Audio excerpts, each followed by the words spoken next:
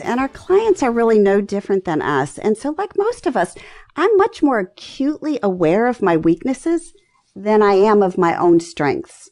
And this is often the situation with clients. They come in and say, and I can't do this, and I'm not good at that, and I'm having trouble with this. And they're acutely aware of their weaknesses, ignoring, forgetting, or just not seeing their strengths.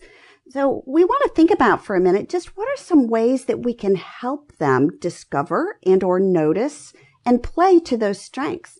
And it doesn't have to be a long, complicated solution. I'll tell you one example, Chris, is when I work with coaches on branding themselves. So not just branding their coaching business, but branding themselves. Why am I, as a coach, unique? Is it because I'm energetic, or because I have more experience, or because I'm, gregarious, or whatever it is? What are my unique strengths? And when coaches face this question, they often just draw a blank. Well, I'm not special. Mm-hmm. There's no difference between me and everybody else. And we know, of course, God made each of us a unique masterpiece.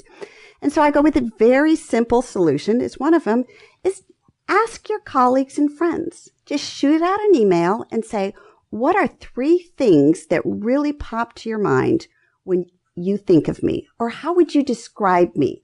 Or how have I blessed you? Just a simple question to your colleagues and friends asking for some feedback. And it's amazing, one, how affirming it is for the client to get this kind of feedback. But 2, it's just, again, so obvious that these things are so ingrained to them. They thought, well, doesn't everybody think strategically?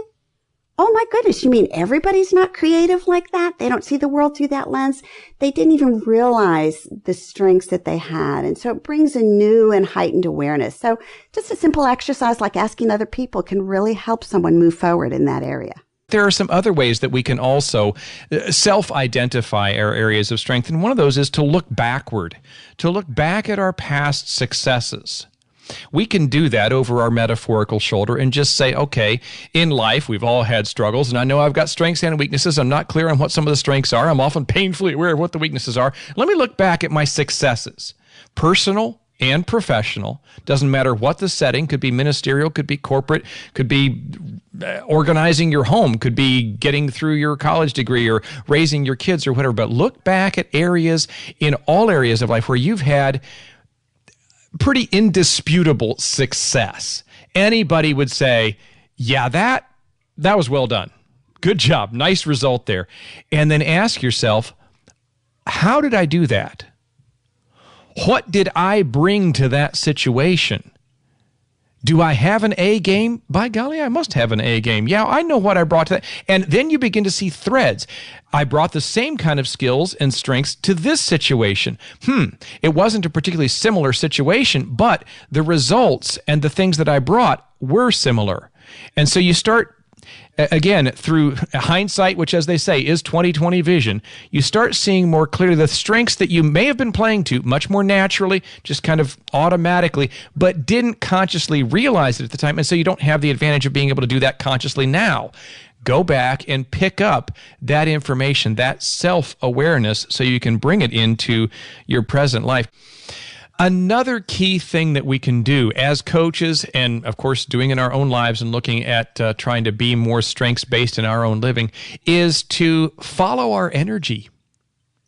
I don't want to sound too new agey there, but the reality is sometimes when we're doing certain things, we are just in that sweet spot of playing to our strengths, and we are so energized by it that you're not looking for energy from the universe or something. You're saying, whoa, there it is. There's the zone.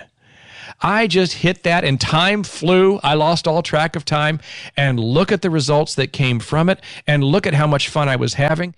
Todd Kashdan is a psychologist, a psychology professor at George Mason University. He's author of a book called Curious. And in it, he has a quote that probably pertains to us here. He says, you can see someone feels alive and motivated when they're using a core strength. And then the fourth one, and notice it's fourth because we don't always have to jump right to it, is we can, if our clients would benefit and are interested, encourage them to take a formal strengths assessment, something like the Strengths Finder, which is what Gallup organization put out, which is very helpful and very inexpensive. There's also the VIA character strengths test, but different formal ways for clients to sit down, answer some questions, and get some answers.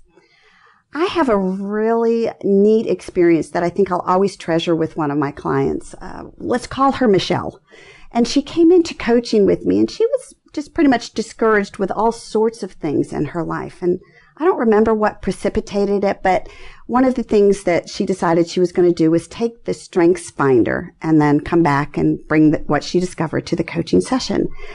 And when she did, she teared up and she started crying, and she said, "Kim, it's not that I didn't know my strengths. It's that I didn't remember that I had any." She had been in wrong positions, playing to her weaknesses for so long, it had become her reality, and she thought that that's just who she was, someone who wasn't very good at anything. What a transformational moment that was to see this assessment saying, "Look at you. Here's where you shine."